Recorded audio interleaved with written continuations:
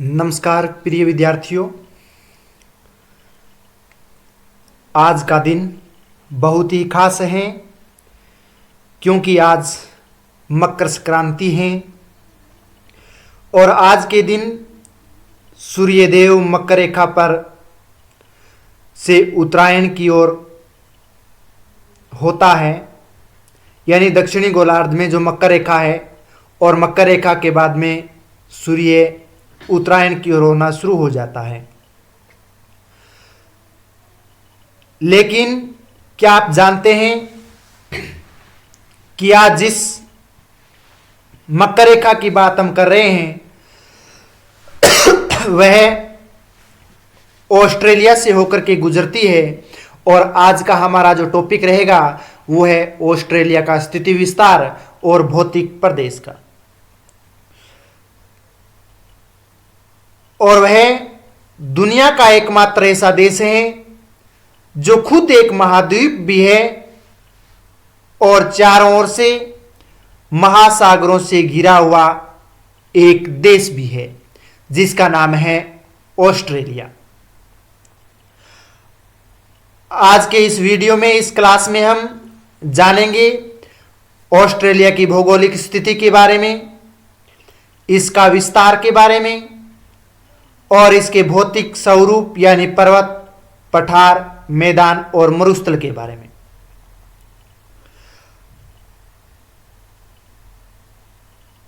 Australia में दुनिया का सबसे बड़ा जो कोरल रीफ है, ग्रेट बैरियर रीफ के नाम से जाना जाता है, उसके बारे में हम चर्चा करेंगे। यहां ऐसे जीव पाए जाते हैं जो दुनिया में कहीं और नहीं मिलते हैं, केवल ऑस्ट्रेलिया में ही पाए जाते हैं, तो उनके बारे में हम पढ़ेंगे। और यहां का बड़ा हिस्सा मरुस्थलीय है, उसके बारे में पढ़ेंगे। तो सोचिए ऐसा इस देश में इस तरह की विविधताएं क्यों हैं? इसका जवाब छिपा है इसकी स्थिति और भौतिक बनावट में। बच्चों, किसी भी देश की जलवायु, उनकी वनस्पति और जनसंख्या को समझने के लिए सबसे पहले उसकी स्थिति और विस्तार को समझना बहुत ही जरूरी होता है। इसलिए इस वीडियो में हम पहले मानचित्र की मदद से समझेंगे कि ऑस्ट्रेलिया कहां पर स्थित है, कौन कौन सी अक्षांश और देशांतर रेखाएं इनसे गुजरती है और फिर इसके भौतिक प्रदेशों को सरल भाषा में हम समझने का प्रयास करेंगे। तो बच्चों, वीडियो को अंत तक जरूर देखें। इस जो क्लास आपकी चल रही है स्क्रीन पर, इसको अंत तक आप जरूर समझिएगा, देखिएगा, क्योंकि अंत में मैं आपको एक ऐसा ट्रिक बताऊंगा जिससे परीक्षा में ऑस्ट्रेलिया का भौतिक स्वरूप 2 मिनट में याद हो जाएगा आपके, और आपके अच्छे मार्जिन से, अच्छे अंक से आप पास हो सके, इसलिए मैं आज इस क्लास के साथ में हाजिर हूं। तो सबसे पहले हम पढ़ेंगे ऑस्ट्रेलिया महाद्वीप का अध्ययन बिंदु, जिन जिन के बारे में आज हम अध्ययन करेंगे। और अध्ययन के रूप में अगर देखें, जो हम अध्ययन बिंदु पढ़ेंगे उनमें हम ऑस्ट्रेलिया का सामान्य परिचय पढ़ेंगे, भौतिक प्रदेशों का भी परिचय पढ़ेंगे, कितने भौतिक प्रदेश है, और इन भौतिक प्रदेशों में हम पश्चिम के पठारी प्रदेश भी पढ़ेंगे। 2 नंबर हम भौतिक प्रदेश में पढ़ेंगे मध्य निम्न भूमि के बारे में। 3 नंबर जिसकी चर्चा करेंगे वो है पूर्वी उच्च भूमि, या जिसे बोलते हैं ग्रेट डिवाइडिंग रेंज के बारे में, तो इस भौतिक प्रदेश के बारे में पढ़ेंगे। 4 नंबर हम पढ़ेंगे तटीय मैदान के बारे में, और 5 नंबर जो भौतिक प्रदेश की बात करेंगे वो है तस्मानिया का उच्च भूमि क्षेत्र। और ये हम मानचित्र के माध्यम से पढ़ेंगे जिससे आपके समझ में आ सके ऑस्ट्रेलिया कहाँ है, किस तरह की आकृति है, किस तरह के भौतिक स्वरूप है। तो हम एक एक के बारे में पढ़ेंगे। तो सबसे पहले हम ऑस्ट्रेलिया का सामान्य परिचय देखते हैं। तो अगर ऑस्ट्रेलिया महाद्वीप का और ऑस्ट्रेलिया देश का अगर हम सामान्य परिचय देखें तो सबसे पहले उनकी स्थिति देखें और सबसे पहले हम डायग्राम में आए तो ये आप विश्व का मैप देख रहे हैं और इस विश्व के मैप में आप ऑस्ट्रेलिया को देखोगे तो आप ये देख सकते हैं। ऑस्ट्रेलिया एक महाद्वीप भी है और महाद्वीप के साथ साथ एक देश भी है। तो इसके चारों ओर जल राशि है, यानी चारों ओर से जल से घिरा हुआ ये महाद्वीप, ये देश है। इसलिए इसको प्रायद्वीप महाद्वीप द्वीप महाद्वीप या द्वीपीय देश के नाम से भी जाना जाता है, क्योंकि इसके चारों ओर जल राशि से घिरा हुआ है और ये दक्षिणी गोलार्ध में स्थित है। यानी जो भूमध्य रेखा है 0 डिग्री, आप ये जो देख रहे हो इक्वेटर, और इक्वेटर के दक्षिणी छोर पर जो देश आते हैं वो दक्षिणी गोलार्ध के अंतर्गत ही आते हैं। तो दक्षिणी गोलार्ध में स्थित है और ये एकमात्र ऐसा देश है जो पूर्ण रूप से एक महाद्वीप है और सभी महाद्वीपों में ये सबसे छोटा महाद्वीप कहा जाता है। अगर अक्षांश और देशांतर की इनकी स्थिति बात करें तो इनका अक्षांश और देशांतरीय विस्तार है वो 10 डिग्री दक्षिणी अक्षांश से लेकर के 44 डिग्री दक्षिणी अक्षांश तक है। यानी इसका जो उत्तरी बिंदु है ये वो 10 डिग्री का है, यानी 10 डिग्री पर स्थित है अक्षांश विस्तार के रूप में, और दक्षिणी बिंदु यहां पर देखें तो 44 डिग्री दक्षिणी अक्षांश तक इसका अक्षांशीय विस्तार रहता है। और देशांतरीय विस्तार की अगर बात करें तो 113 डिग्री पूर्वी देशांतर, यानी यहां से लेकर के ये जो आप देख रहे हैं 113 डिग्री पूर्वी देशांतर से लेकर के 154 डिग्री पूर्वी देशांतर के बीच में है। यानी इसका पूर्वी जो हिस्सा है वो 154 डिग्री पूर्वी देशांतर है। अब आपके मन में ये सवाल होगा कि ऑस्ट्रेलिया का जो देशांतर हम पढ़ रहे हैं दोनों ओर, चाहे उसका पश्चिमी भाग हो चाहे इसका पूर्वी भाग हो, दोनों पर हमने पूर्वी देशांतर ही क्यों पढ़ा है? क्योंकि पश्चिमी भाग है उसको पश्चिमी देशांतर भी बोल सकते हैं, परंतु ऐसा नहीं होता है, क्योंकि जो आप देशांतर के रूप में ये 0 डिग्री देख रहे हैं 0 डिग्री देशांतर है, जिसे हम ग्रीनविच रेखा के नाम से जाना जाता है। ये रेखा इसके पूर्व के जो देश है वो पूर्वी देश या पूर्वी गोलार्ध के अंतर्गत आते हैं और इसके पश्चिमी भाग है वो पश्चिमी देशांतर के रूप में आते हैं। तो इस 0 से लेकर के यहां तक आए तो यहां पर है 113 डिग्री और 113 डिग्री से लगा करके 154 डिग्री तक इसका देशांतरीय विस्तार रहता है। इसलिए हमने इसको पूर्वी देशांतर माना है, क्योंकि ये 0 डिग्री की पूर्वी दिशा की ओर है। अगर सीमाओं की बात करें, इसके कौन कौन से सीमाएं लगती हैं, तो इनकी चारों ओर से महासागरों से घिरा हुआ है। इसके पश्चिम की अगर बात करें तो हिंद महासागर आपको मिलेगा। ये जो इसका पश्चिमी छोर है ये हिंद महासागर की श्रेणी में आता है। तो यहां पर पश्चिमी छोर पर हिंद महासागर है। अगर पूर्वी दिशा में बात करें तो प्रशांत महासागर से घिरा हुआ है। यानी ये आप पूर्वी भाग देख रहे हैं तो आपको दिखाई देगा कि प्रशांत महासागर विश्व का सबसे बड़ा महासागर ये प्रशांत महासागर से घिरा हुआ है। और उत्तर में आराफुरा व तिमोर सागर स्थित है। यहां पर आराफुरा सागर और तिमोर सागर के नाम से यह प्रदेश जाना जाता है, इसकी सीमा बनाती है। यानी चारों ओर से अगर स्पष्ट रूप से कहें तो ये प्रदेश, ये महाद्वीप, ये देश है वो जल राशि से घिरा हुआ है। अगर ऑस्ट्रेलिया की राजधानी की बात करें तो ऑस्ट्रेलिया की जो राजधानी है वो है कैनबरा।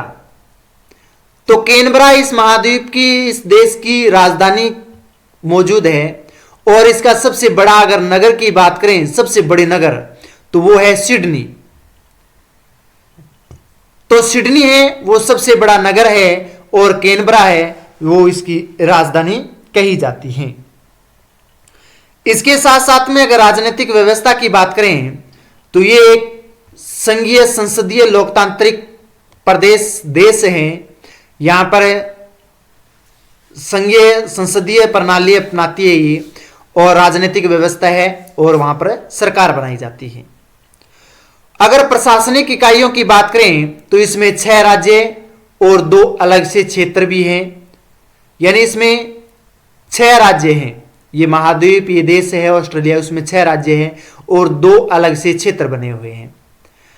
अगर जनसंख्या की बात करें तो जनसंख्या बहुत कम घनत्व वाली है, यानी यहां पर बिखरे हुए रूप में आपको जनसंख्या लोग मिलेंगे, यानी संघन रूप में नहीं है, तो कम जनसंख्या घनत्व है।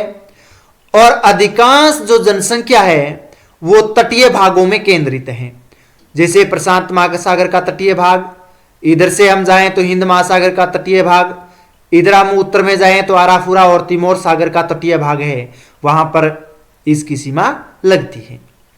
तो तटीय भाग है, इसकी जनसंख्या में सबसे ज्यादा निवास करती है। और अगर अर्थव्यवस्था की बात करें तो ये एक विकसित देश है, विकसित महाद्वीप है, यहां पर प्रचुर मात्रा में खनिज संसाधन पाए जाते हैं। पशुपालन का सबसे ज्यादा विकास हुआ है, क्योंकि यहाँ की जलवायु अति उत्तम है मानव निवास के लिए भी और साथ साथ में पशुपालन के लिए भी। और यहाँ की मृदा उपजाऊ है, इसलिए कृषि है वो सबसे अधिक मात्रा में कृषि की जाती है। और सेवा क्षेत्र में भी अधिक जनसंख्या कार्य करती है। तो ये था इनका सामान्य परिचय। तो हेडिंग डाल लीजिए आप सामान्य परिचय के रूप में।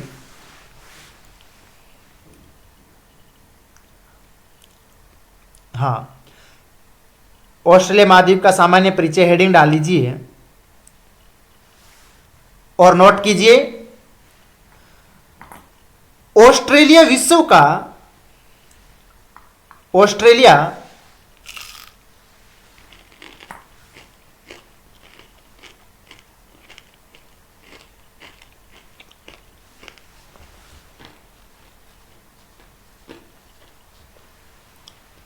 एकमात्र ऐसा महाद्वीप है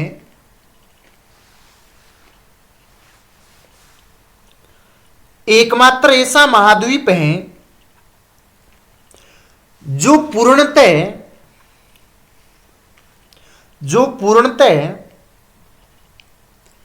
दक्षिणी गोलार्ध में स्थित है, जो पूर्णतः दक्षिणी गोलार्ध में स्थित है। यह क्षेत्रफल की दृष्टि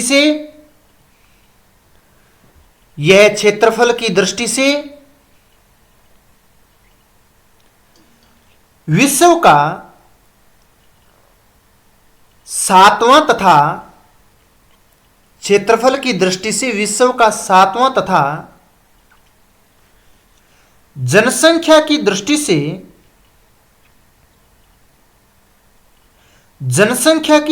से अपेक्षाकृत विरल महाद्वीप हैं।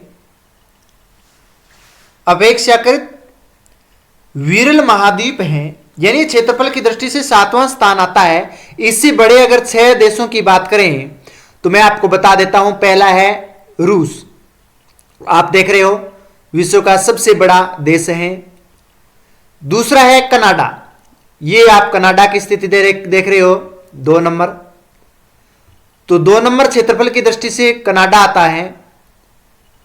3 नंबर जो क्षेत्रफल की बात करें तो वो आता है चीन। 3 नंबर पर ये चीन का देश है और क्षेत्रफल की दृष्टि से तीसरा स्थान रखता है।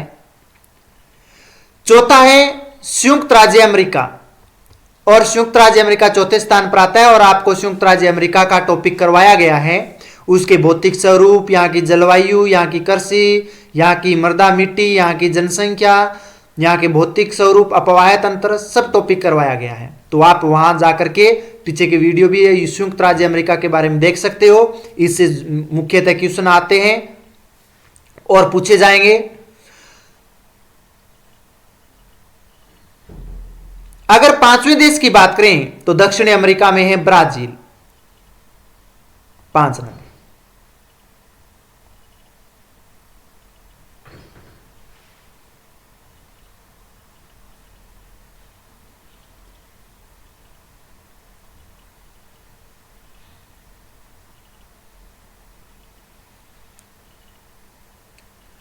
और 6ठे स्थान पर हैं ऑस्ट्रेलिया, 7वें पर है हमारा भारत, और 8वें पर आता है ब्राजील, सॉरी अर्जेंटीना। ये तो 6ठे स्थान पर है ये, ठीक है। तो विश्व में ये 6ठा स्थान रखता है, सॉरी इसमें 7वां आपको बोल दिया। विश्व का 6ठा तथा जनसंख्या की दृष्टि से अपेक्षाकृत विरल महाद्वीप है। ऑस्ट्रेलिया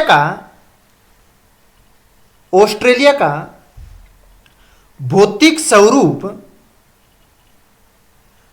अत्यंत प्राचीन,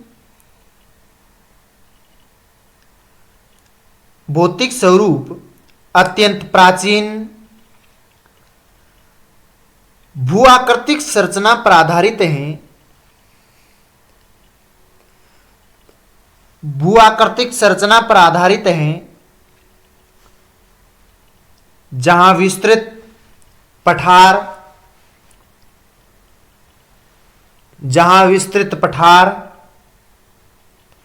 समतल मैदान, विस्तृत पठार, समतल मैदान, निम्न भूमियां एवं सीमित पर्वतीय क्षेत्र पाए जाते हैं। सीमित पर्वतीय क्षेत्र पाए जाते हैं।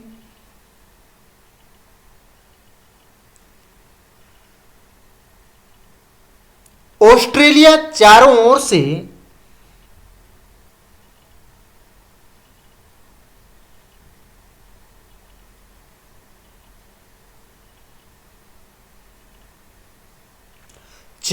से महासागरों से घिरा हुआ है।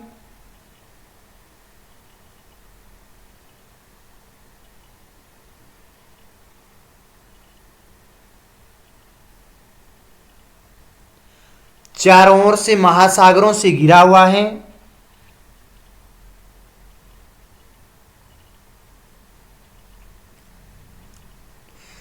इसके पश्चिम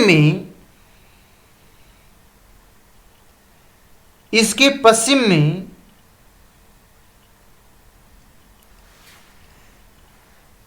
हिंद महासागर, इसके पश्चिम में हिंद महासागर, पूर्व में प्रशांत महासागर,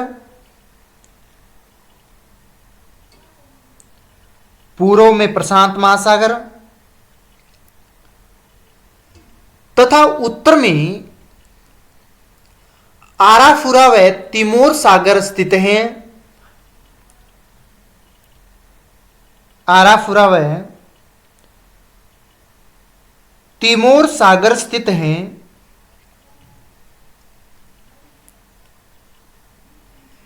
इसका अक्षांशीय व देशांतरीय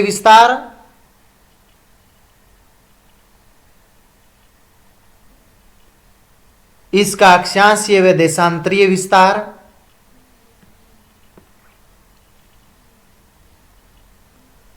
लगभग 10 डिग्री 41 मिनट, आप करेक्ट लिख लीजिए, 10 डिग्री 41 मिनट से 43 डिग्री 38 मिनट, 10 डिग्री 41 मिनट से 43 डिग्री 38 मिनट दक्षिणी अक्षांश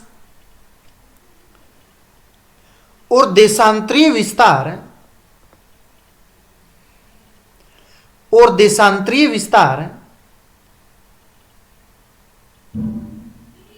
113 डिग्री 09 मिनट, 113 डिग्री 09 मिनट पूर्व से, 153 डिग्री 38 मिनट, 153 डिग्री 38 मिनट पूर्वी देशांतर के बीच में स्थित है। पूर्वी देशांतर के बीच में स्थित है।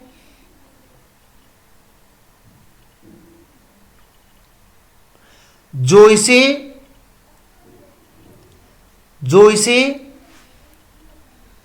दक्षिणी और पूर्वी गोलार्ध में दर्शाता है, जो इसे दक्षिणी पूर्वी गोलार्ध में दर्शाता। आप देख सकते हैं ये पूर्व, ये दक्षिण, ये पश्चिम, ये उत्तर है।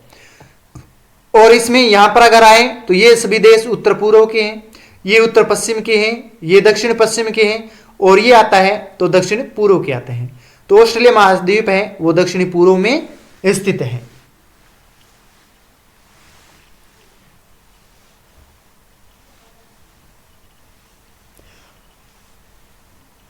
इसके मध्य से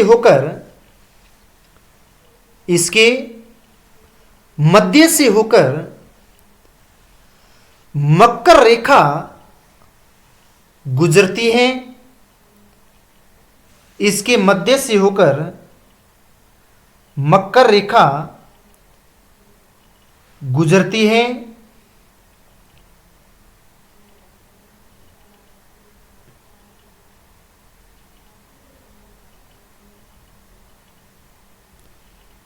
यहां की भूरचना में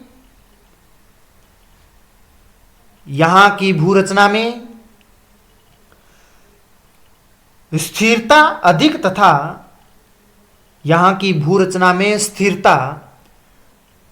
अधिक तथा नवीन पर्वतों का अभाव है। नवीन पर्वतों का अभाव है।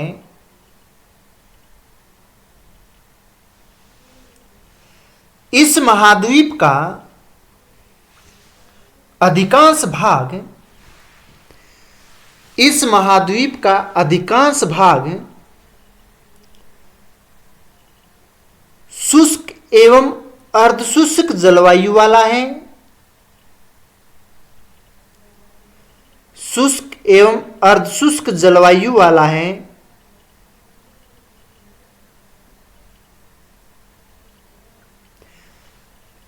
जिसके कारण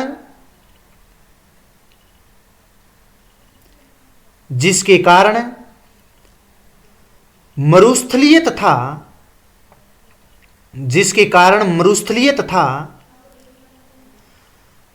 अर्ध मरुस्थलीय स्थलाकृतियां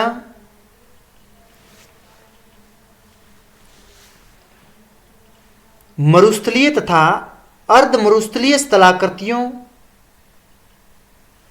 व्यापक रूप से विकसित हुई है।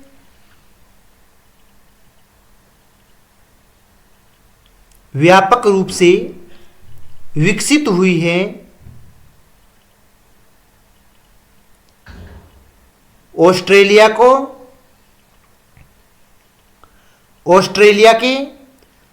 भौतिक स्वरूप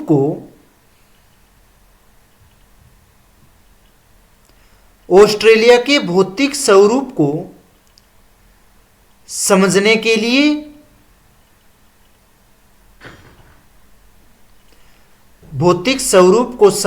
लिए इसे विभिन्न प्राकृतिक प्रदेशों में विभाजित किया गया है। इसे विभिन्न प्राकृतिक प्रदेशों में विभाजित किया गया है जो निम्न है।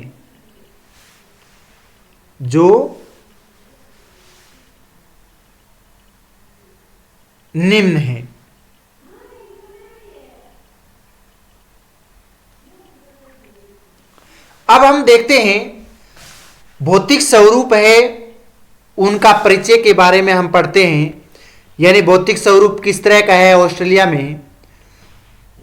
तो ऑस्ट्रेलिया का भौतिक स्वरूप एकदम सरल, प्राचीन और समतल भू आकृतियों से निर्मित है। क्योंकि आप डायग्राम देख रहे हैं, ये ऑस्ट्रेलिया महाद्वीप है, ये प्रदेश लगभग शुष्क और अर्धशुष्क प्रदेश के अंतर्गत आता है। अर्धशुष्क और शुष्क प्रदेश में होने की वजह से यहाँ के एकदम समतल स्थलाकृतियाँ आपको दिखाई देगी। यहां पर आधुनिक रूप में कोई पर्वत श्रृंखला नहीं है, इसलिए यहां पर प्राचीन पर्वत श्रृंखला आपको मिलेगी। यहां नवीन वलित पर्वतों का पूर्ण अभाव पाया जाता है, यानी अब नवीन जो नए पर्वत हैं वो नहीं पनपे हैं, इसलिए उनका अभाव है, पुराने पर्वत श्रृंखलाएं हैं सभी। महाद्वीप को मुख्यतः 5, मुख्य रूप से अगर बात करें तो मुख्य रूप से 5 प्रमुख भौतिक प्रदेशों में विभाजित किया जाता है। ये भौतिक प्रदेश है वो जलवायु, प्राकृतिक संसाधनों एवं मानव गतिविधियों को प्रभावित करते हैं। यानी कैसे प्रभावित करते हैं? महाद्वीपों के पश्चिमी छोर पर जाएंगे तो आपको मरुस्थल शुष्क और अर्धशुष्क मिलेंगे, इसलिए वहां पर जनसंख्या घनत्व और विरल जनसंख्या पाई जाती है।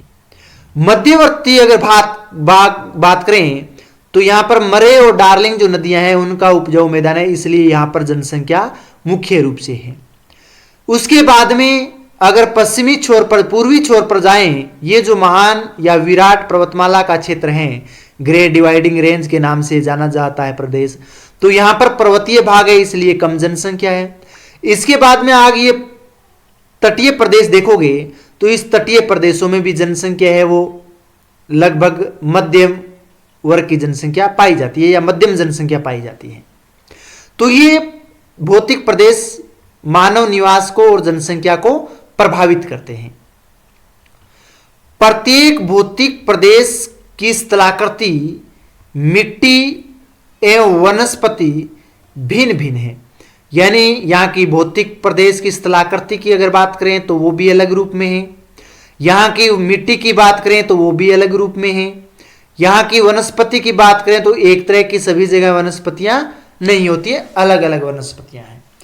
क्योंकि मरुस्थलीय क्षेत्र में आपको कांटेदार वनस्पति और रेतीली मृदा मिलेगी, स्थलाकृतियां मिलेगी तो वो आपको बरखान है या अर्धचंद्राकार बालू का स्तूप के मिलेंगे, या फिर अनुधैर्य अनुप्रस्थ है, इस तरह के बालू का स्तूप आपको मिलेंगे। मध्यवर्ती भाग में आओगे तो मैदानी भाग मिलेगा, वहां पर पठारी भाग भी है। पूर्व में आएंगे तो पर्वतीय भाग है, उसके बाद में तटीय प्रदेश आता है।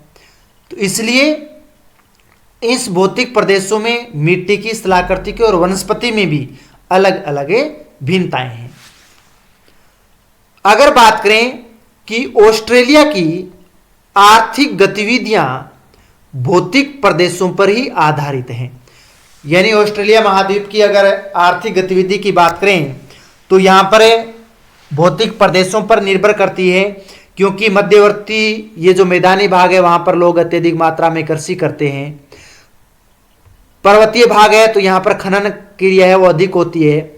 पश्चिमी मरुस्थलीय है तो वहां पर भी कम जनसंख्या में लोग निवास करते हैं, कुछ खनन क्रिया भी की जाती है।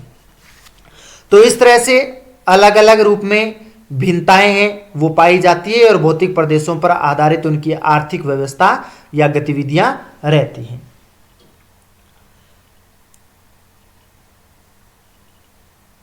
हाँ, तो निम्न भागों में विभाजित किया है। 1 नंबर डाल लीजिए उसी में,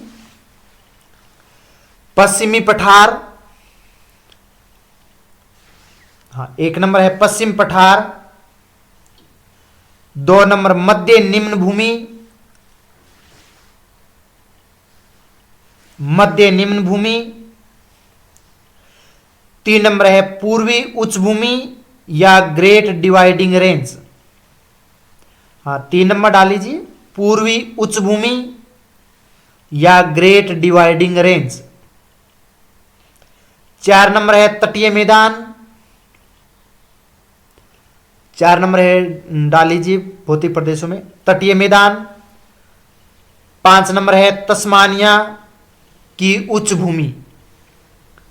हाँ, तस्मानिया की उच्च भूमि। ये 5 भौतिक प्रदेश है और इन भौतिक प्रदेशों में हम एक एक भौतिक प्रदेशों के बारे में पढ़ते जाएंगे। तो भौतिक प्रदेशों की अगर बात करें तो आप देख सकते हैं यहाँ पर डायग्राम, और डायग्राम में पश्चिमी पठार की अगर बात करें तो आप डायग्राम में ये जो देखोगे ये पश्चिमी पठारी प्रदेश के अंतर्गत आता है और साथ साथ में इसे मरुस्थलीय प्रदेश के नाम से भी जाना जाता है। तो पश्चिमी पठारी प्रदेश और साथ में मरुस्थलीय प्रदेश के अंतर्गत भी ये प्रदेश आता है। उसके बाद में मध्य निम्न भूमि की बात करें तो आप ये देख सकते हो येलो कलर में, मध्य निम्न भूमि का प्रदेश कहा जाता है इसे। और यहां पर ये उपजाऊ प्रदेश है, यहां से नदियां बहती है। 3 नंबर अगर बात करें पूर्वी उच्च भूमि या फिर ग्रेट डिवाइडिंग रेंज पर्वत श्रृंखला, ये आप देख सकते हैं ग्रीन कलर में जो दर्शाया गया है वो उच्च भूमि है पूर्वी, या इसे ग्रेट डिवाइडिंग रेंज बोलते हैं क्योंकि यहां पर पर्वत श्रृंखला है गुजरती है जिसका नाम है ग्रेट डिवाइडिंग रेंज का क्षेत्र। 4 नंबर अगर बात करें तटीय मैदान, आप देख रहे हैं प्रशांत महासागर का ये तटीय मैदान, ये आप देख सकते हैं ये तटीय मैदान है। 5 नंबर अगर बात करें तस्मानिया उच्च भूमि, ये आप जो देख रहे हैं ये तस्मानिया की उच्च भूमि प्रदेश कहा जाता है। तो ये तस्मानिया का उच्च भूमि प्रदेश है, पठारी प्रदेश है, पर्वतीय प्रदेश है। तो इस तरह से हमने 5 भागों में विभाजित किया है। तो आप डायग्राम बना लीजिए। हाँ, जो भौतिक प्रदेश आपने 5 लिखे हैं उसके नीचे आप डायग्राम बना लीजिए, उनके नाम भी आप नोट कर सकते हैं ये भौतिक प्रदेश दे करके। हाँ, बना लो, आपके पास में 5 मिनट का वक्त है।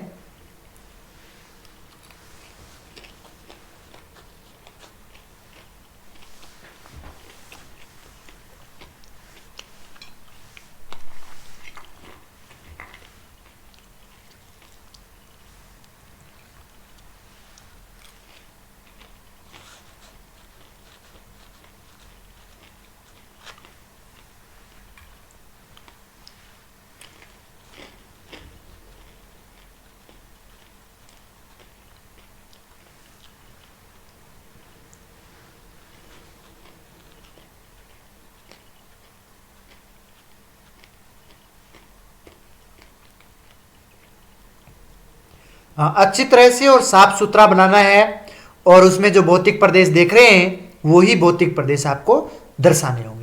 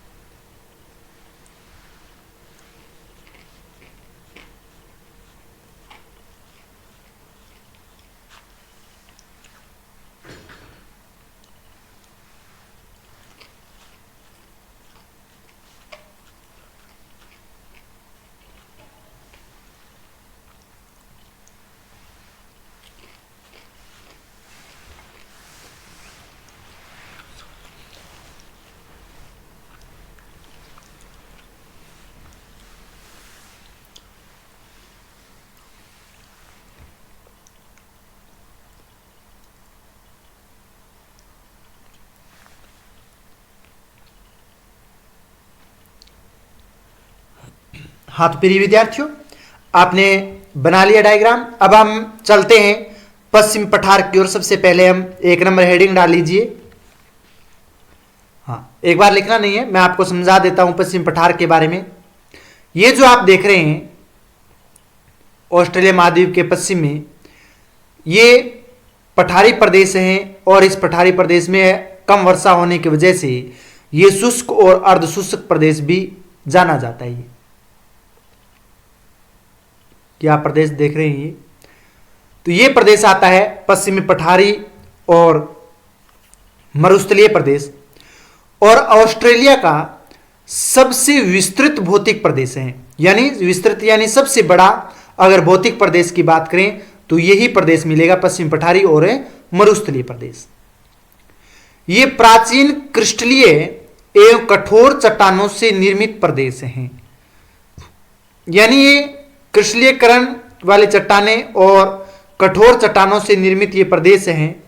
और वर्षा इसलिए कम होती है क्योंकि यहां पर व्यापारिक पवनें चलती है और उनकी दिशा होती है पूर्व से पश्चिम की ओर, इस तरह से, यानी दक्षिण पूर्व से इस तरह से ये हवाएं चलती है। तो इन क्षेत्रों पर अधिक मात्रा में वर्षा कर देती है, और जैसे जैसे ये पवनें पश्चिम की ओर जाते हैं वो अपनी आर्द्रताएं समाप्त कर देती हैं। जब यहां पर आर्द्रता समाप्त हो जाती है तो 10 से 25 सेंटीमीटर के आसपास ही वर्षा हो पाती है। इसलिए ये प्रदेश शुष्क और अर्ध शुष्क प्रदेश के अंतर्गत आता है। यहां की स्थलाकृति ऊंची, सपाट एवं शुष्क है, यानी यहां पर ऊंची ऊंची पर्वत श्रृंखला भी मिलेगी, पठार भी मिलेंगे ऊंचे ऊंचे, और वो भी सपाट यानी ऊपरी आवरण है वो एकदम टेबल नुमा मिलेगा, और ये प्रदेश शुष्क मिलेगा क्योंकि यहां पर वर्षा कम होती है। अगर ग्रेट विक्टोरिया व ग्रेट सैंडी मरुस्थल की बात करें तो वो यहीं स्थित है, यानी ग्रेट विक्टोरिया मरुस्थल यहां पर है, ग्रेट सैंडी मरुस्थल की बात करें तो यहां है।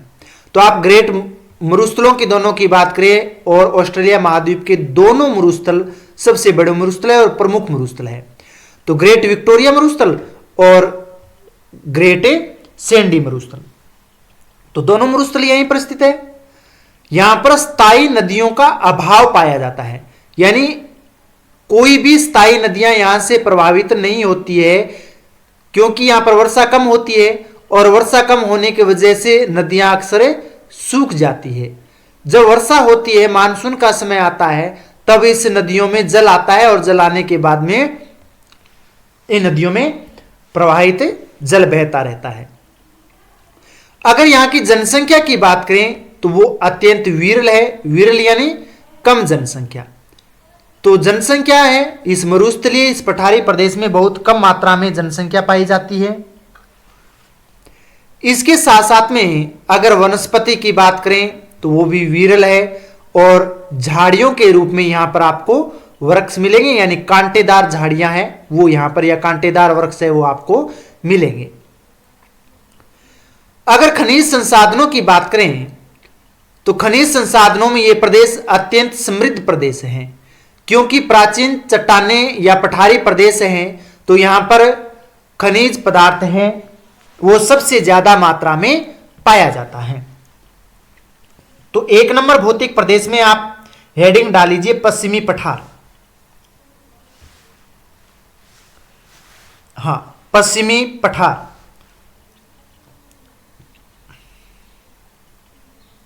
हाँ, नोट कीजिए, पश्चिमी पठार ऑस्ट्रेलिया का सबसे विस्तृत, पश्चिम पठार ऑस्ट्रेलिया का सबसे विस्तृत एवं प्राचीन भौतिक प्रदेश हैं, एवं प्राचीन भौतिक प्रदेश हैं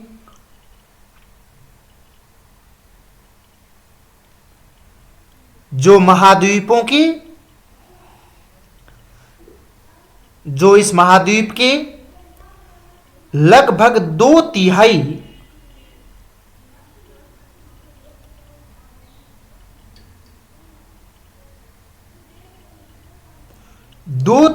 भाग में फैला हुआ है।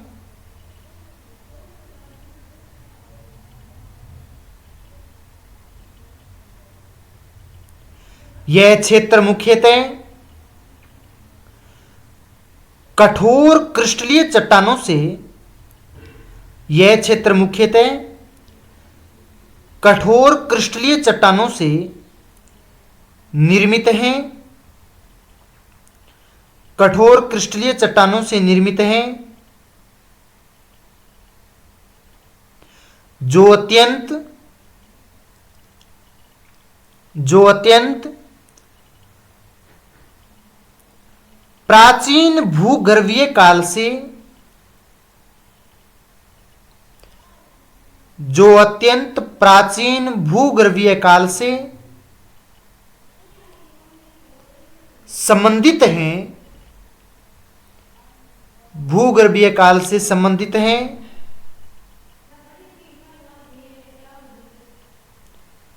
यहां की स्थलाकृति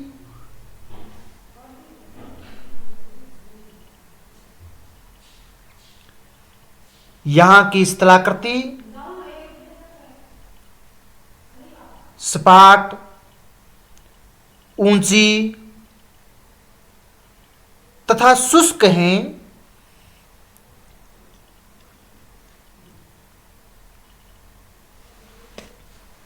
यहां की स्थलाकृति सपाट, ऊंची तथा शुष्क हैं।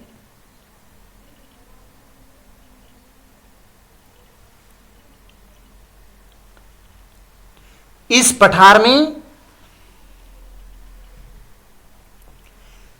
पठार में ग्रेट विक्टोरिया मरुस्थल, इस पठार में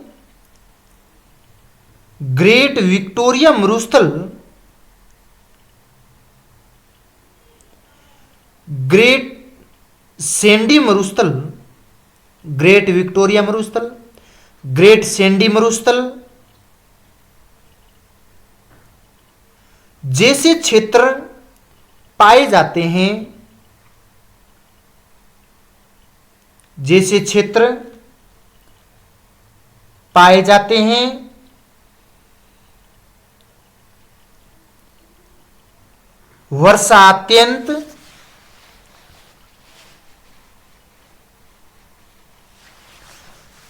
वर्षा अत्यंत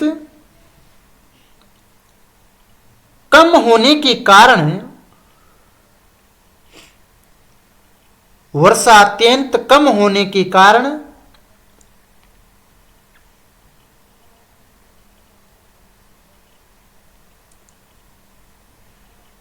यहां स्थायी नदियों का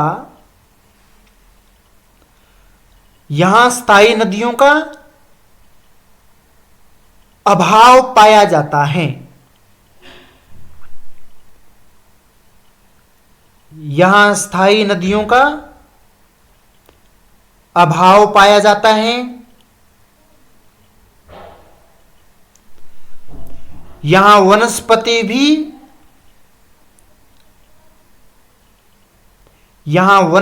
भी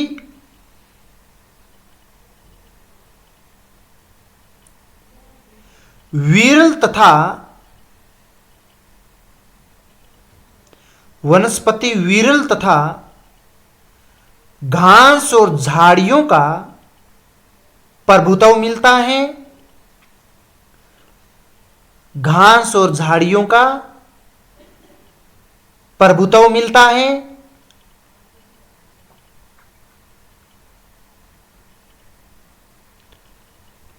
खनिज संसाधनों की दृष्टि से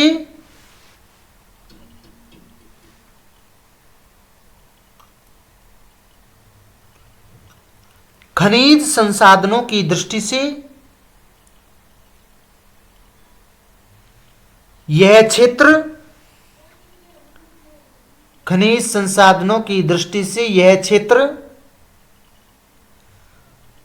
अत्यंत समृद्ध है। यह क्षेत्र अत्यंत समृद्ध है, जहां सोना, लोहे एसक,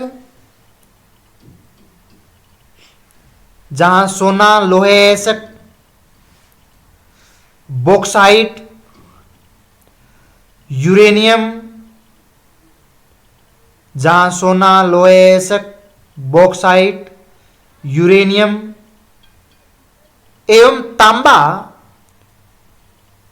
प्रमुख रूप से पाया जाता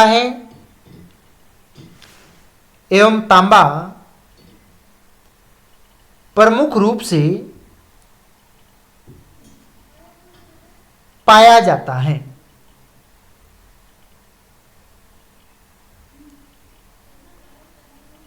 तो ये था पश्चिमी पठारी प्रदेश जो हमने पढ़ा था। अब हम नेक्स्ट चलते हैं और नेक्स्ट जो प्रदेश है वो है मध्य निम्न भूमि। जो आप डायग्राम में देख सकते हैं यहां पर, ये आप येलो कलर में आपको दिखाई दे रहा है ये प्रदेश, ये मध्य निम्न भूमि प्रदेश कही जाती है। तो ये प्रदेश है मध्य निम्न भूमि, और ये पश्चिमी पठार व पूर्वी उच्च भूमि के बीच यानी मध्य में स्थित है। ये पश्चिमी पठार और ये पूर्वी उच्च भूमि, तो इनके मध्य में हम मध्य निम्न भूमि का मैदान प्रदेश से पढ़ेंगे। यहाँ की स्थलाकृति समतल है एवं निम्न स्तर की है, यानी एकदम सपाट और समतल है यहाँ की स्थलाकृति, और यहाँ पर अवसादी चट्टानों का प्रभुत्व पाया जाता है। यानी यहाँ पर जो चट्टानें भी पाई जाती है वो अवसाद क्रम की चट्टानें हैं, क्योंकि नदियों के द्वारा लाई गई मिट्टी का लगातार यहाँ पर निक्षेपण होने से जो चट्टान का निर्माण हुआ वो है अवसाद क्रम वाली चट्टान। और इस प्रदेश में मरे और डार्लिंग नदी तंत्र विकसित हैं, यानी यहाँ पर मरे और डार्लिंग दो नदियां हैं वो प्रभावित होती है। तो मुख्य नदी है इस प्रदेश की मरे और डार्लिंग नदी। यहाँ समतल एवं उपजाऊ मैदान विकसित है, क्योंकि मरे और डार्लिंग नदियों के द्वारा लाई गई जलोढ़ मिट्टी का ये प्रदेश होने के वजह से काफी उपजाऊ ये प्रदेश कहा जाता है, इसलिए यहाँ पर काफी मात्रा में कृषि की जाती है। ग्रेट ओर्टिजियन बेसिन भी यहां पर स्थित है। तो यानी ग्रेट ओर्टिजियन जो बेसिन है अगर बात करें तो वो मध्य निम्न भूमि में ही स्थित है। यहां पर कृषि व पशुपालन के लिए प्रदेश अत्यंत महत्वपूर्ण है, क्योंकि यहां पर जलोढ़ मिट्टी है और पीने का और सिंचाई के लिए मीठा जल है, स्वच्छ जल है, इसलिए मानव निवास के लिए भी और पशुपालन के लिए भी और कृषि के लिए यहाँ पर उत्तम जलवायु है। यहाँ पर जनसंख्या विरल है लेकिन आर्थिक रूप से उपयोगी है, यानी जनसंख्या का इतना दबाव नहीं है, संघन रूप से भी नहीं है यहाँ पर जनसंख्या, परंतु यहाँ पर आर्थिक रूप से धनाढ्य लोग हैं, क्योंकि वहाँ पर जो कृषि करते हैं अलग अलग कार्य करते हैं उनको आसानी से रोजगार प्राप्त हो जाता है, इसलिए आर्थिक दृष्टि से यह प्रदेश से उपयोगी माना जाता है। तो हेडिंग डाल लीजिए आप मध्य निम्न भूमि।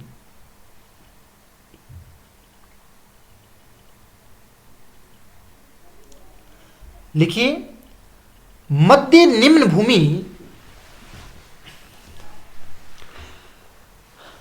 मध्य निम्न भूमि पश्चिमी पठार मध्य निम्न भूमि पश्चिमी पठार एवं पूर्वी उच्च भूमि के बीच एवं पूर्वी उच्च भूमि के बीच फैली हुई एक पूर्वी उच्च भूमि के बीच फैली हुई एक विस्तृत निम्न भूमि है। विस्तृत निम्न भूमि है। यह क्षेत्र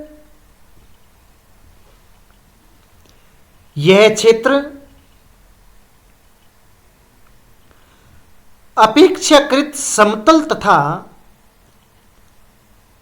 यह क्षेत्र अपेक्षाकृत समतल तथा अवसादी चट्टानों से निर्मित है।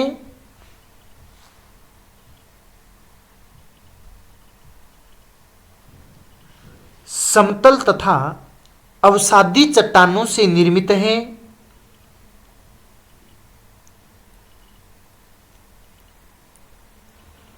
यहां मरे व डार्लिंग नदी तंत्र का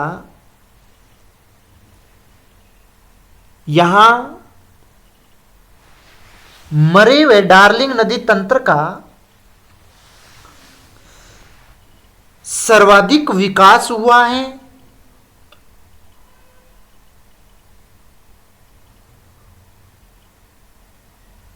सर्वाधिक विकास हुआ है।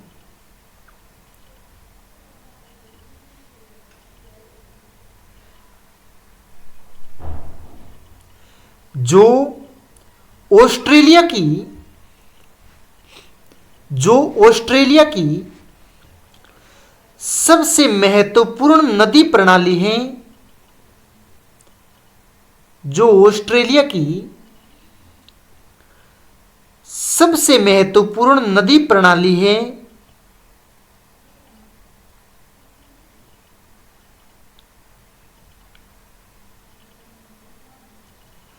इस प्रदेश में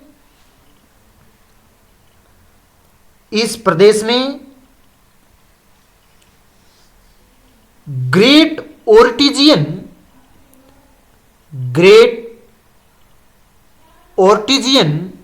बेसिन स्थित है, क्योंकि यहां मरे और डार्लिंग दो नदियां प्रवाहित होती है और इनका जो मैदानी भाग है जिसको ग्रेट ओर्टिजियन बेसिन के नाम से जाना जाता है। तो इसी प्रदेश में, निम्न भूमि प्रदेश में ग्रेट ओर्टिजियन बेसिन स्थित है,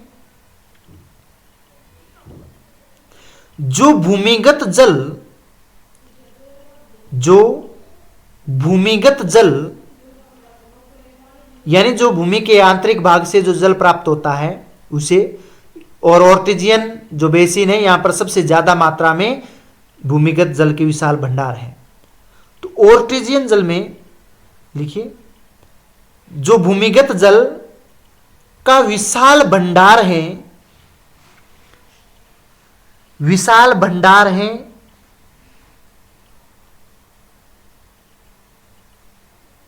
मिट्टी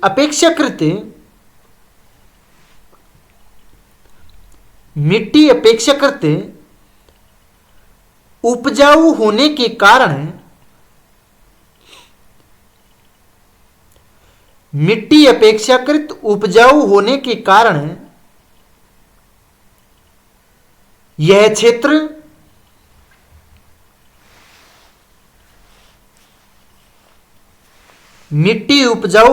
कारण यह क्षेत्र कृषि के लिए महत्वपूर्ण है।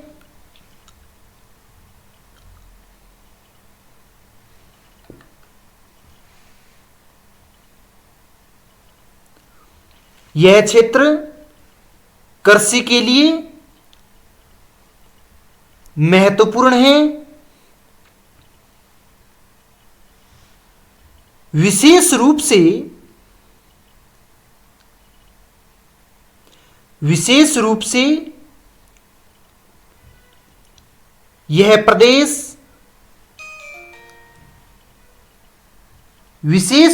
यह प्रदेश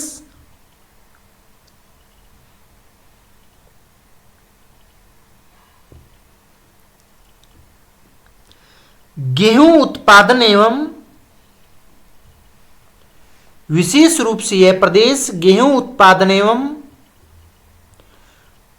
पशुपालन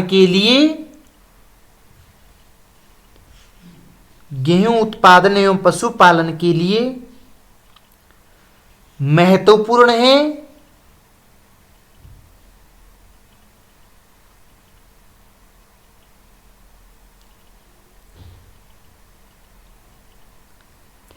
यहां की जलवायु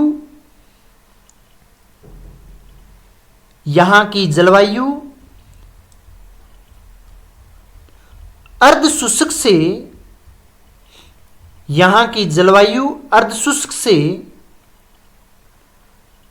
शुष्क प्रकार की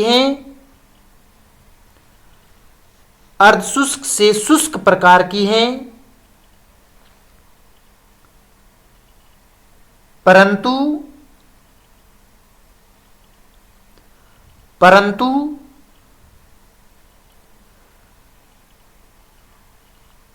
नदियों के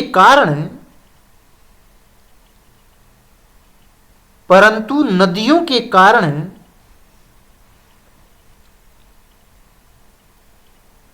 इस प्रदेश में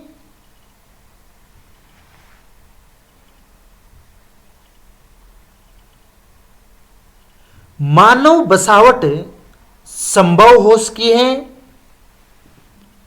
नदियों के कारण मानव बसावट संभव हो सकी है।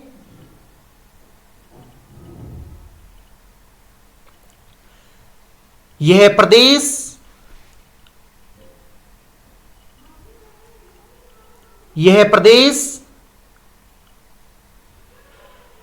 ऑस्ट्रेलिया की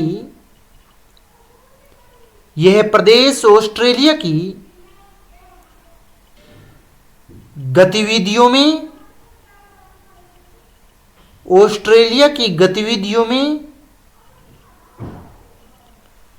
महत्वपूर्ण योगदान देता है।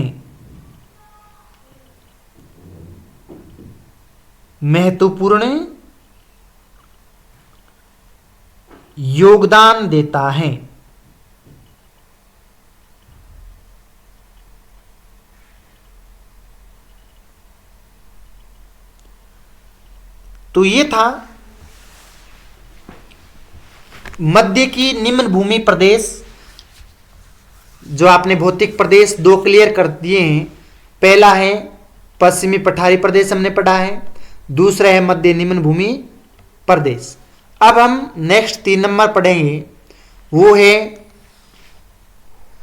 पूर्वी उच्च भूमि प्रदेश, या इसे कहते हैं ग्रेट डिवाइडिंग रेंज प्रदेश। इसके अंतर्गत जो प्रदेश आता है वो आप यहां पर डायग्राम में, मैप में आप देख सकते हो। ये प्रदेश जो ग्रीन कलर में आपको दिखाई दे रहा है, ये प्रदेश आप देख रहे हैं।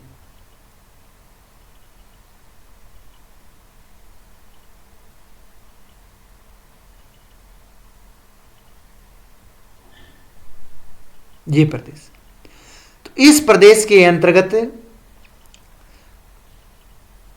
और ये प्रदेश ऑस्ट्रेलिया का पूर्वी प्रदेश है, इसलिए इसे पूर्वी उच्च भूमि यानी यहां से अलग अलग पर्वत श्रृंखलाएं आपको मिलेगी, जिसमें ग्रेट डिवाइडिंग रेंज पर्वत श्रृंखला मौजूद है, इसलिए इस प्रदेश को ग्रेट डिवाइडिंग रेंज प्रदेश भी के नाम से भी जाना जाता है। अगर इसकी बात करें तो ऑस्ट्रेलिया का प्रमुख पर्वतीय प्रदेश हैं, यानी सबसे ज्यादा जो पर्वतीय भाग अगर बात करें तो इसी भाग में आपको मिलेंगे। पूर्वी भाग में सबसे ज्यादा मात्रा में आपको पर्वत क्षेत्र मिलेंगे यहां पर, और उत्तर से दक्षिण दिशा में विस्तृत पर्वत श्रृंखला आपको मिलेगी, यानी उत्तर से दक्षिण की ओर इस तरह से। तो उत्तर से दक्षिण की ओर होने की वजह से वो मानसूनी हवाओं का अवरोध के रूप में है। मानसूनी हवाएं इस तरह से आती हैं, तो मानसूनी हवाओं का अवरोध है, और अवरोध होने की वजह से पश्चिमी भाग है शुष्क और अर्धशुष्क के रूप में आता है, क्योंकि यहाँ पर वर्षा ये प्रदेश, ये जो पर्वत श्रृंखला है वो नहीं करने देता है, तो इसलिए शुष्क और अर्धशुष्क प्रदेश के अंतर्गत आता है। अगर औसत ऊंचाई की बात करें तो बहुत कम है, परंतु विस्तृत क्षेत्र है। तो औसत ऊंचाई कम है, परंतु ये एक विस्तृत बड़ा भाग है, और माउंट कोसिस्को सर्वोच्च शिखर है, यानी माउंट कोसिस्को है यहां पर्वत श्रृंखला की सबसे ऊंची चोटी है, जिसे माउंट कोसिस्को के नाम से जाना जाता है। और अधिकांश नदियों का उद्गम स्थल यहीं से होता है। ये जो आप पर्वत श्रृंखला देख रहे हैं ग्रेट डिवाइडिंग रेंज से, और जो ऑस्ट्रेलिया की सबसे बड़ी पर्वत श्रृंखला है, और इसी पर्वत श्रृंखला से अनेक नदियों का उद्गम होता है, चाहे वो बड़ी नदी हो चाहे फिर वो छोटी नदी हो, सभी नदियों का उद्गम है वो यहीं से होता है, ग्रेट डिवाइडिंग रेंज से होता है। और ये एक जल विभाजक के रूप में कार्य करती है। जल विभाजक के रूप में कैसे? क्योंकि इसकी जो स्थिति है वो उत्तर से दक्षिण की ओर है, इसकी लंबाई आप देख सकते हैं, और जब आर्द्र हवाएं आती है और इसे टकराती है तो पूर्वी भाग में अधिक वर्षा हो पाती है। तो सबसे ज्यादा वर्षा पूर्वी भाग में। पश्चिमी जो भाग है वो वृष्टि छाया प्रदेश के अंतर्गत आता है, इसलिए अर्धशुष्क और शुष्क प्रदेश होता है, और यहाँ कम वर्षा होती है। तो अगर ये पर्वत श्रृंखला नहीं होती तो समान रूप से वर्षा हो पाती, पर तो ये पर्वत श्रृंखला है इसलिए पूर्वी भाग पर अधिक वर्षा और पश्चिम भाग में वृष्टि छाया प्रदेश के अधिक होने की वजह से यहाँ पर कम वर्षा होती है। तो ये एक जल विभाजक के रूप में कार्य करती है। और इसी तरह से इससे निकलने वाली नदियां हैं वो पश्चिम की ओर बहती है, और इससे निकलने वाली जो नदियां हैं वो पूर्व की ओर बहती हैं। पश्चिम की ओर जो बहती है वो हिंद महासागर में, पूर्व की ओर बहती है वो नदियां प्रशांत महासागर में ही गिरती है।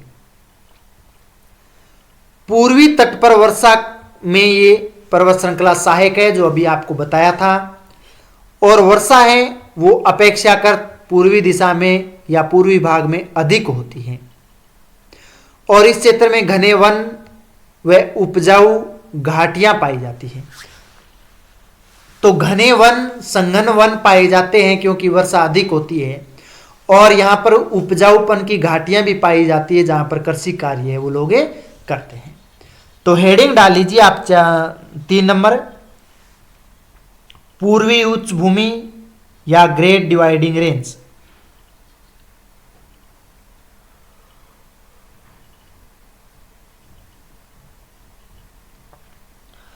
पूर्वी उच्च भूमि या ग्रेट डिवाइडिंग रेंज।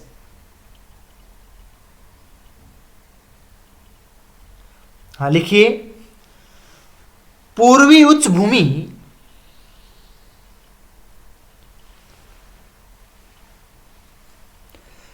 पूर्वी उच्च भूमि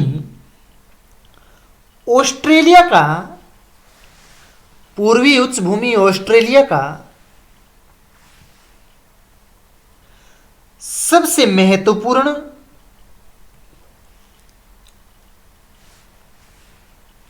ऑस्ट्रेलिया का सबसे महत्वपूर्ण पर्वतीय क्षेत्र है, सबसे महत्वपूर्ण पर्वतीय क्षेत्र है,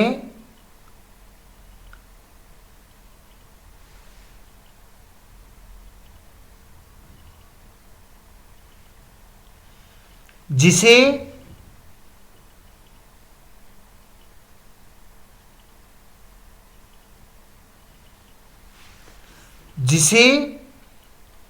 ग्रेट डिवाइडिंग रेंज के नाम से, जिसे ग्रेट डिवाइडिंग रेंज के नाम से जाना जाता है,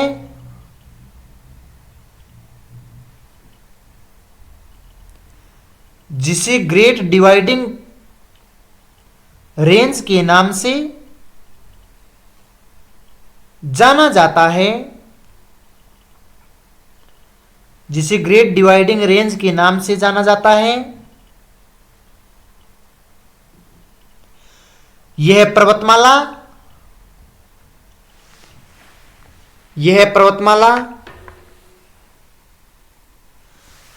उत्तर में, यह पर्वतमाला उत्तर में क्वींसलैंड, यह पर्वतमाला उत्तर में क्वींसलैंड से लेकर, क्वींसलैंड, हाँ नाम नोट कर लीजिए, क्वींसलैंड से लेकर दक्षिण में विक्टोरिया तक फैली हुई है, दक्षिण में विक्टोरिया तक फैली हुई है।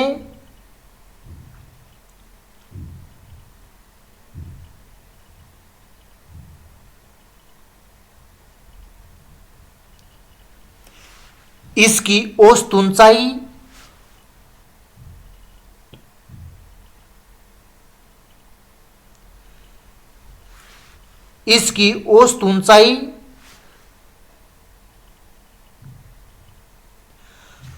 अधिक नहीं है,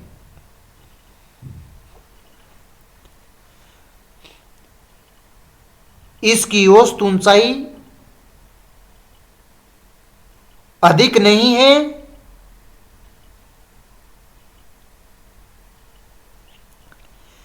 फिर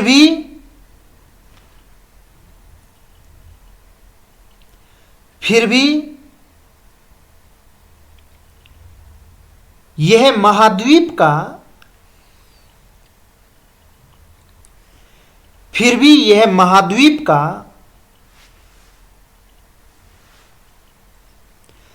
सबसे ऊंचा भाग है,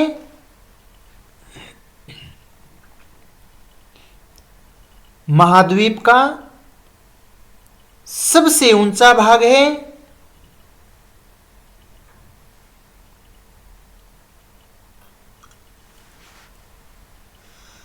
माउंट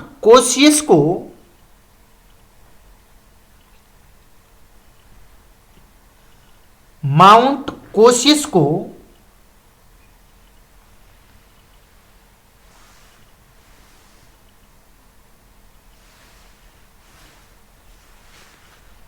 ऑस्ट्रेलिया की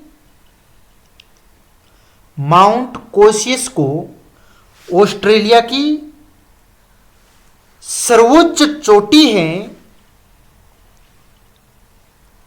सर्वोच्च चोटी है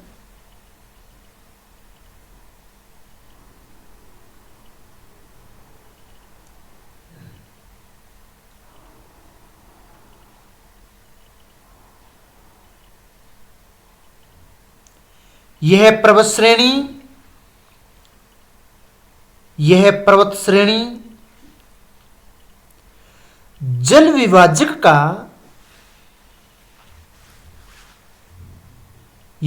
श्रेणी जल विभाजक का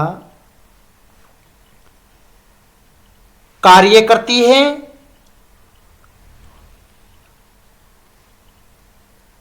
जल विभाजक का कार्य करती है।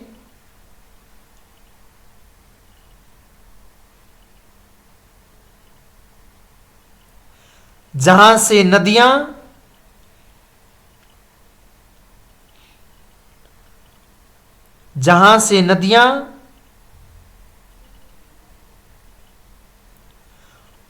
पूर्वी तट की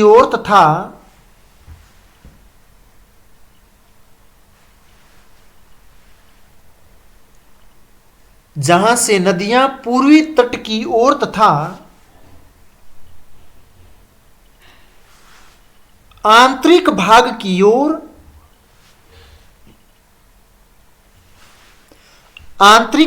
की ओर प्रवाहित होती हैं।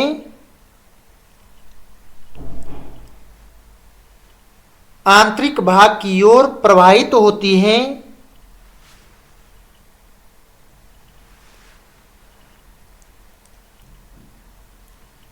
इस क्षेत्र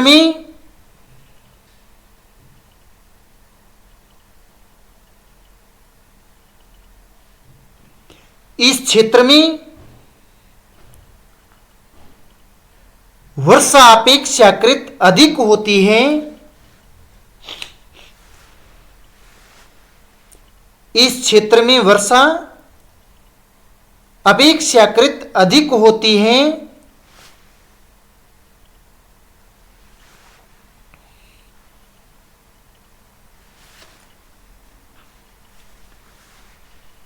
जिसके कारण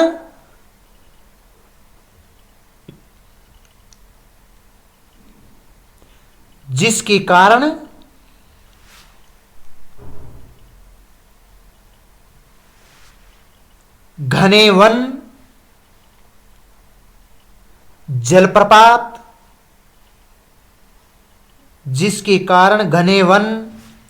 जलप्रपात एवं उपजाऊ घाटियां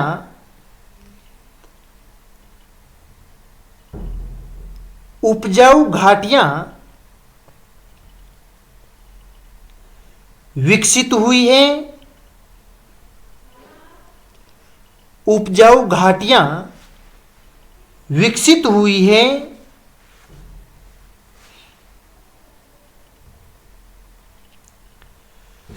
यह प्रदेश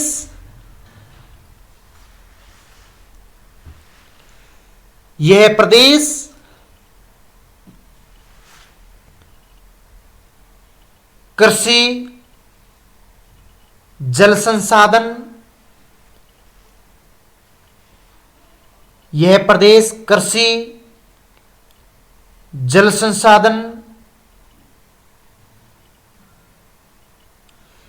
एवं जनसंख्या के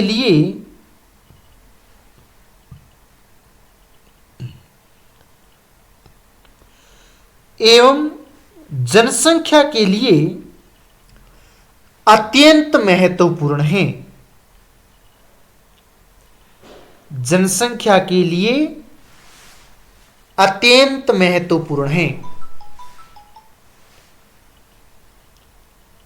तो ये था पूर्वी उच्च भूमि या ग्रेट डिवाइडिंग रेंज का प्रदेश।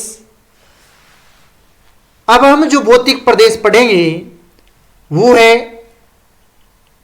ये जो आप देख रहे हैं स्क्रीन पर, तटीय मैदान। और तटीय मैदान आपको बता देता हूं, प्रशांत महासागर की सीमा पर आप ये देख रहे हैं, ये प्रदेश लंबाई में अधिक है परंतु इसकी चौड़ाई कम है। ये प्रदेश ये है तटीय मैदानी प्रदेश।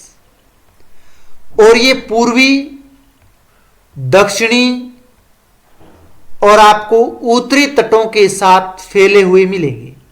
यानी उत्तरी तटों पर यहां पर भी मिलेंगे, ये पूर्वी तट पर भी आपको ये प्रदेश मिलेंगे और दक्षिण में भी आपको ये प्रदेश मिलेंगे। तो यानी पूर्वी, दक्षिणी और उत्तरी तटों के साथ में ये प्रदेश विस्तारित हैं। ये संकीर्ण लेकिन उपजाऊ मैदान है। संकीर्ण होता है पतला भाग, यानी एकदम पतला भाग है। आप देख रहे हो चौड़ाई में ये बहुत कम है, परंतु ये प्रदेश उपजाऊ अधिक है क्योंकि ये तट पर स्थित है। यहां पर नवीन मृदा है और नवीन मृदा और सिंचाई के लिए उत्तम जल की व्यवस्था है, इसलिए ये उपजाऊ मैदान है। यहां पर जलोढ़ मिट्टी जो कृषि के लिए उपयुक्त है। तो यहां पर जलोढ़ मिट्टी पाई जाती है जो कृषि के लिए महत्वपूर्ण मृदा है। इसके साथ साथ में यहां पर घनी जनसंख्या का क्षेत्र भी है। यानी घनी जनसंख्या यानी सबसे ज्यादा जनसंख्या या संघन रूप में जनसंख्या इस प्रदेश में पाई जाती है। तो ऑस्ट्रेलिया की सबसे ज्यादा जनसंख्या इस तटीय मैदानी भाग में ही पाई जाती है। यहां पर प्रमुख नगर एवं बंदरगाह स्थित हैं। यानी मुख्य बड़े बड़े अगर नगर की बात करें तो आपको तटीय मैदान पर मिलेंगे। आपको बंदरगाह है वो भी यहां पर इस तटीय मैदान पर ही मिलेंगे। ये क्षेत्र है वो व्यापार व उद्योग का केंद्र बिंदु है। यानी यहां पर मुख्य बड़े नगर है और साथ साथ में बंदरगाह स्थित हैं, इसलिए व्यापार सबसे ज्यादा मात्रा में जो जल परिवहन के माध्यम से होता है। उद्योग सबसे ज्यादा यहां है क्योंकि जो बाजार है बनी हुई वस्तुओं का बेचने के लिए आसान, जो नजदीक में हो तो बाजार की सुविधा है यहां पर। तो इसलिए व्यापार और उद्योगों का केंद्र भी ये तटीय मैदान है। और ये समुद्री प्रभाव से समशीतोष्ण जलवायु के अंतर्गत आता है। समशीतोष्ण जलवायु के अंतर्गत आता है क्योंकि यहां पर आर्द्र हवाएं चलती रहती है, क्योंकि ये समुद्र के पास में भाग है। इसलिए जो समशीतोष्ण जहां जलवायु होती है वहां पर मानव निवास के लिए, कृषि के लिए और पशुपालन के लिए अनुकूल जलवायु कही जाती है। तो ये तटीय मैदान, हेडिंग डाल लीजिए आप, तटीय मैदान।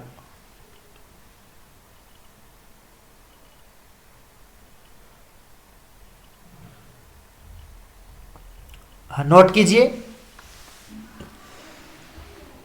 तटीय मैदान ऑस्ट्रेलिया की, तटीय मैदान ऑस्ट्रेलिया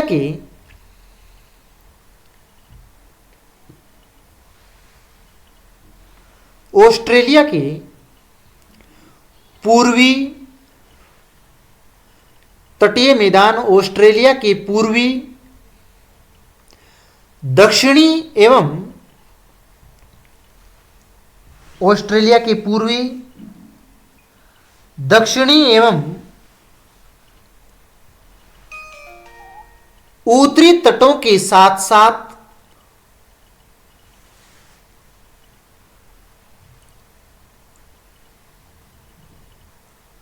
उत्तरी तटों के साथ साथ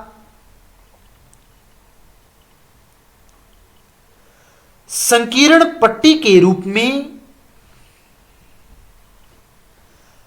संकीर्ण पट्टी के रूप में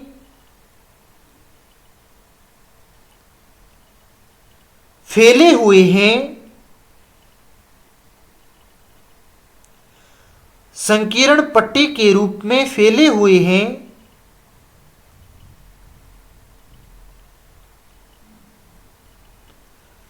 ये मैदान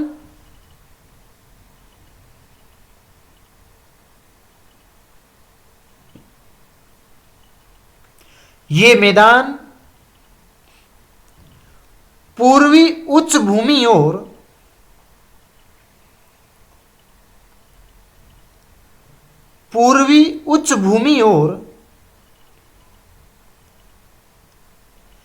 समुद्र के बीच स्थित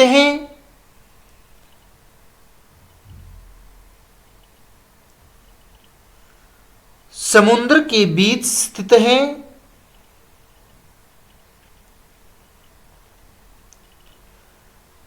तथा अपेक्षाकृत समतल और उपजाऊ है।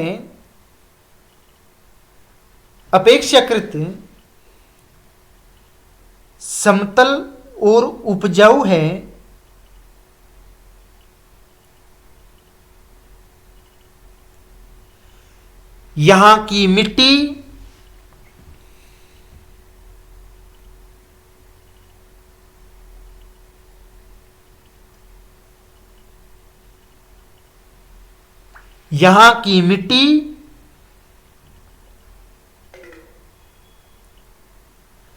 जलोढ़ प्रकार की है।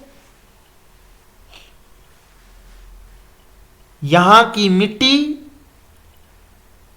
जलोढ़ प्रकार की है।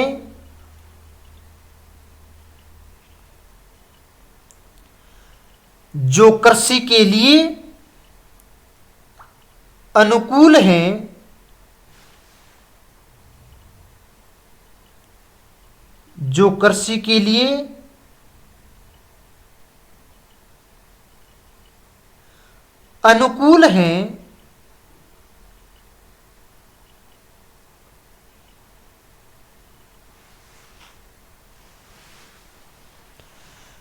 यहाँ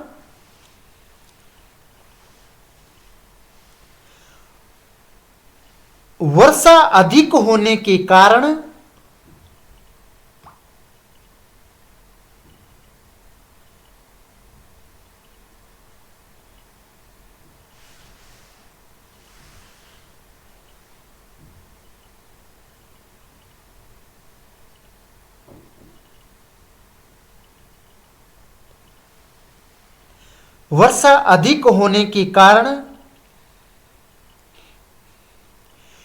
इस क्षेत्र में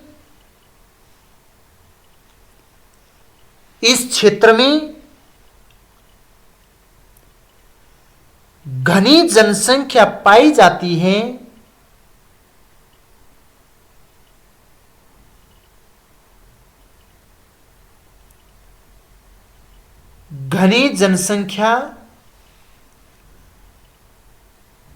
पाई जाती है।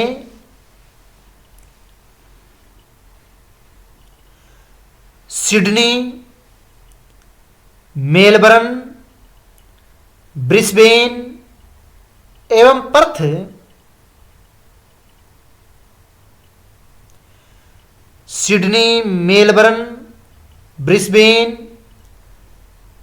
एवं पर्थ जैसे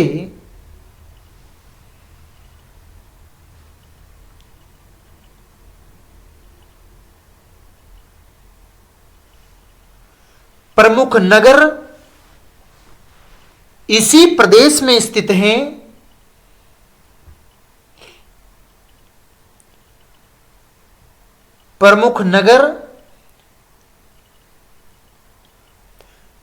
प्रदेश में स्थित हैं।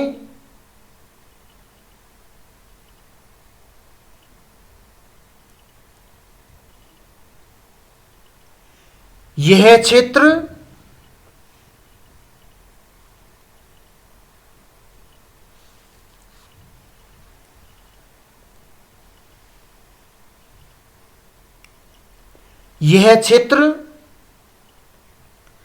व्यापार, उद्योग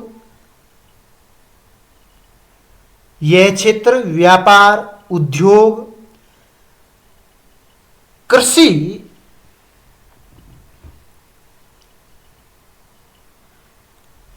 कृषि एवं परिवहन का केंद्र है।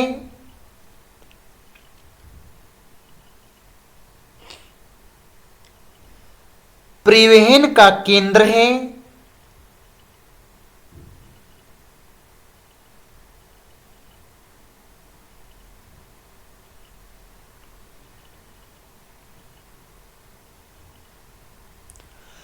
समुद्री प्रभाव के कारण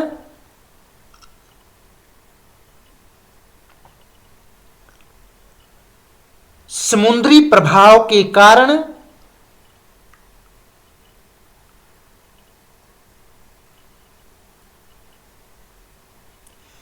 यहां की जलवायु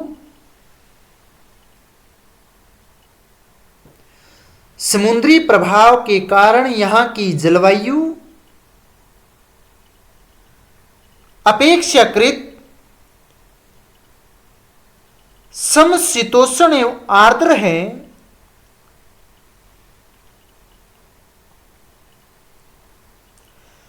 समशीतोष्ण एवं आर्द्र है।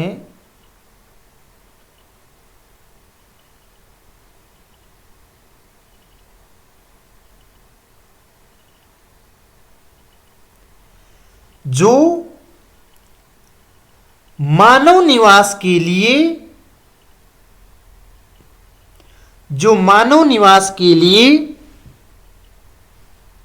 अनुकूल जलवायु मानी जाती है। मानव निवास के लिए अनुकूल जलवायु मानी जाती है।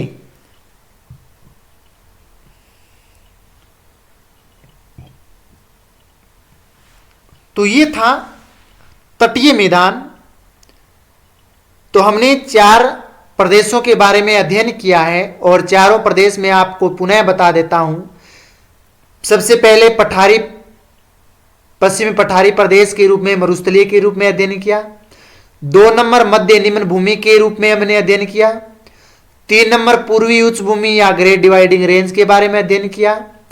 4 नंबर जो अध्ययन किया वो है तटीय मैदानी प्रदेश। अब हम जो भौतिक प्रदेश पढ़ने जा रहे हैं 5 नंबर, वो मोस्ट इंपोर्टेंट है और वो है तस्मानिया का उच्च भूमि क्षेत्र। यानी तस्मानिया का उच्च भूमि क्षेत्र आप डायग्राम में देखें तो तस्मानिया का उच्च भूमि क्षेत्र आप ये देख सकते हैं। ऑस्ट्रेलिया का दक्षिणी पूर्वी जो भाग है वहां पर आपको इस तरह का प्रदेश है वो मिलेगा। तो ऑस्ट्रेलिया की दक्षिण में स्थित है, ये एक द्वीपीय प्रदेश के रूप में जाना जाता है। कुछ हिस्सा यहां पर भी है, ये आप देख सकते हैं। ये तस्मानिया है और तस्मानिया है वो ऑस्ट्रेलिया का ही भाग है। ठीक है, ये एक द्वीपीय प्रदेश के रूप में। पर्वतीय एवं पठारी स्थलाकृतियों के रूप में ये प्रदेश जाना जाता है। यहां पर आपको तस्मानिया का पठार, तस्मानिया की पर्वत श्रृंखला, इस तरह के पर्वत और पठार है वो आपको मिलेंगे। ये प्रदेश उबड़ खाबड़ और ऊंचा भूभाग है, यानी समतल नहीं है।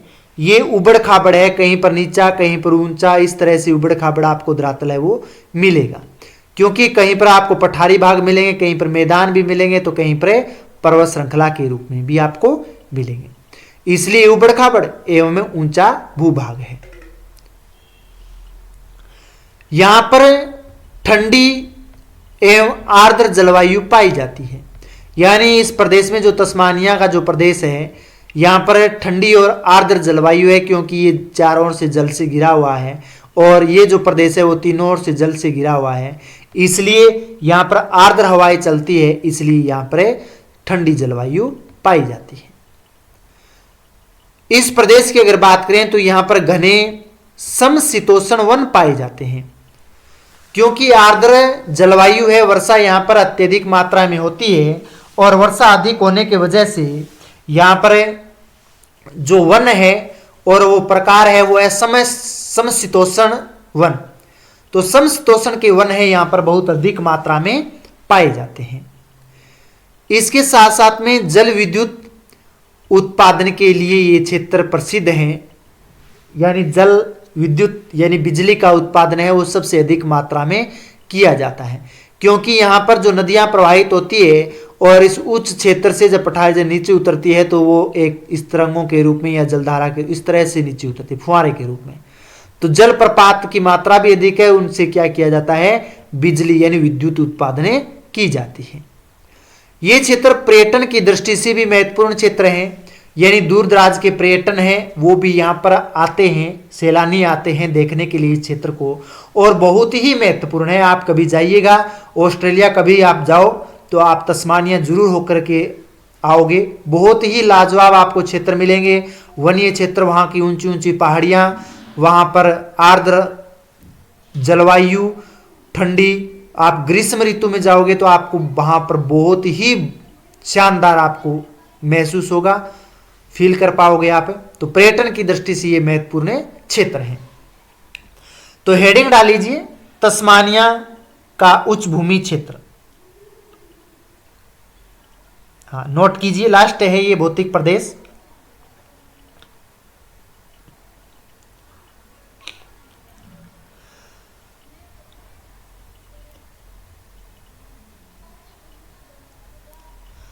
लिखिए तस्मानिया द्वीप। तस्मानिया द्वीप ऑस्ट्रेलिया के दक्षिण में स्थित है।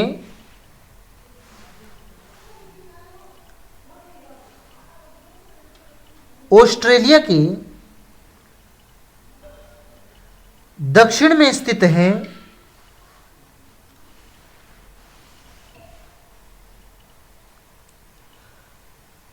तथा इसे एक अलग से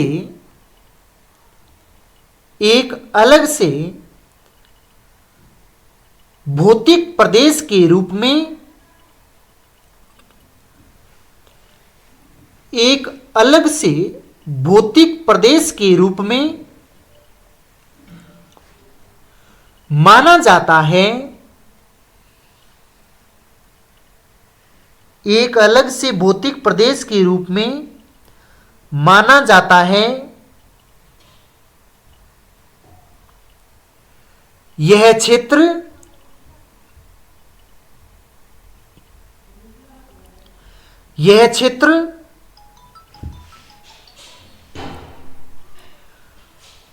पर्वतीय एवं पठारी, यह क्षेत्र पर्वतीय एवं पठारी स्वरूप वाला है।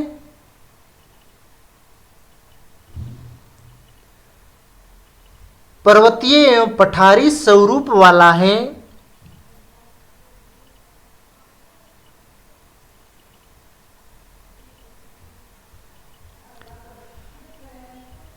तथा यहां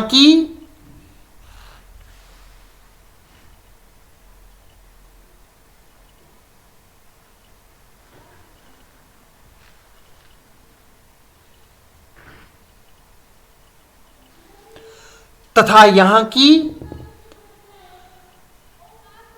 स्थलाकृति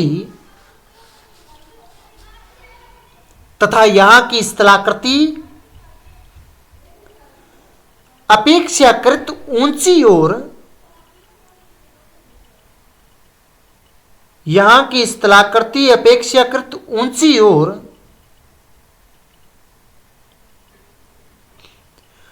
उबड़ खाबड़ है।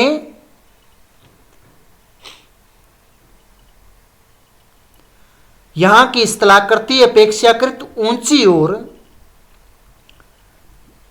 उबड़ खाबड़ है।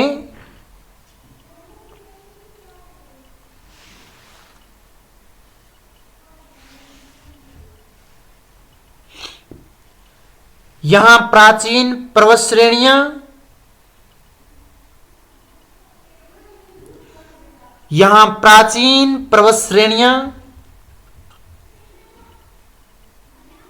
गहरी घाटियां प्राचीन पर्वत श्रेणियां, गहरी घाटियां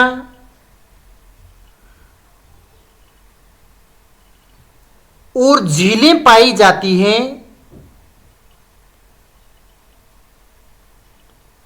और झीलें पाई जाती हैं।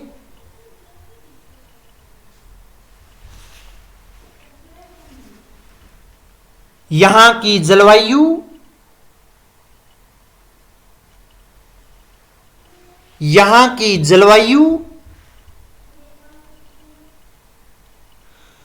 ठंडी एवं आर्द्र है। यहां की जलवायु ठंडी एवं आर्द्र है।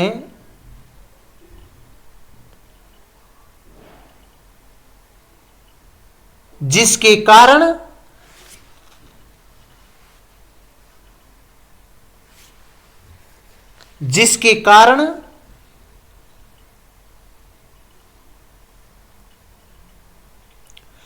घने समशीतोष्ण वन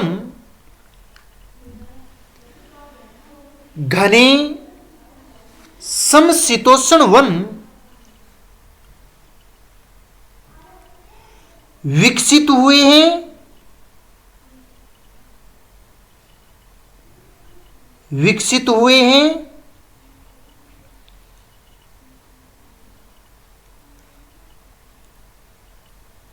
यह क्षेत्र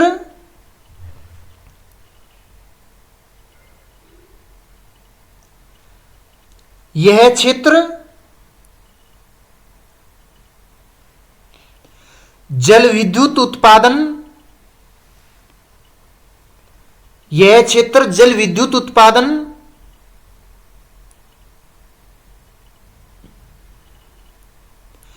वन संसाधनों एवं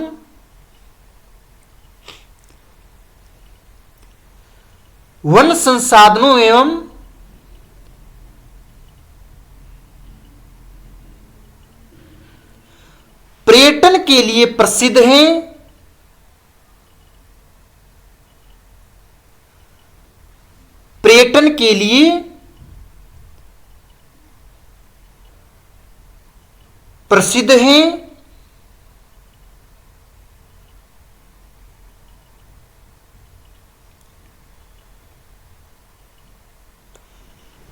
यह है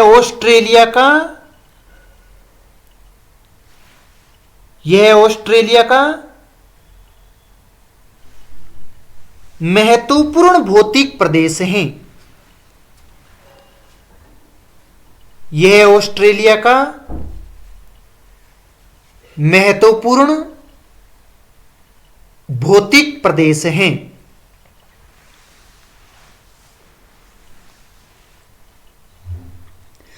तो ये था भौतिक प्रदेश में हमारा तस्मानिया का उच्च भूमि क्षेत्र जो ऑस्ट्रेलिया में आप देख रहे हैं।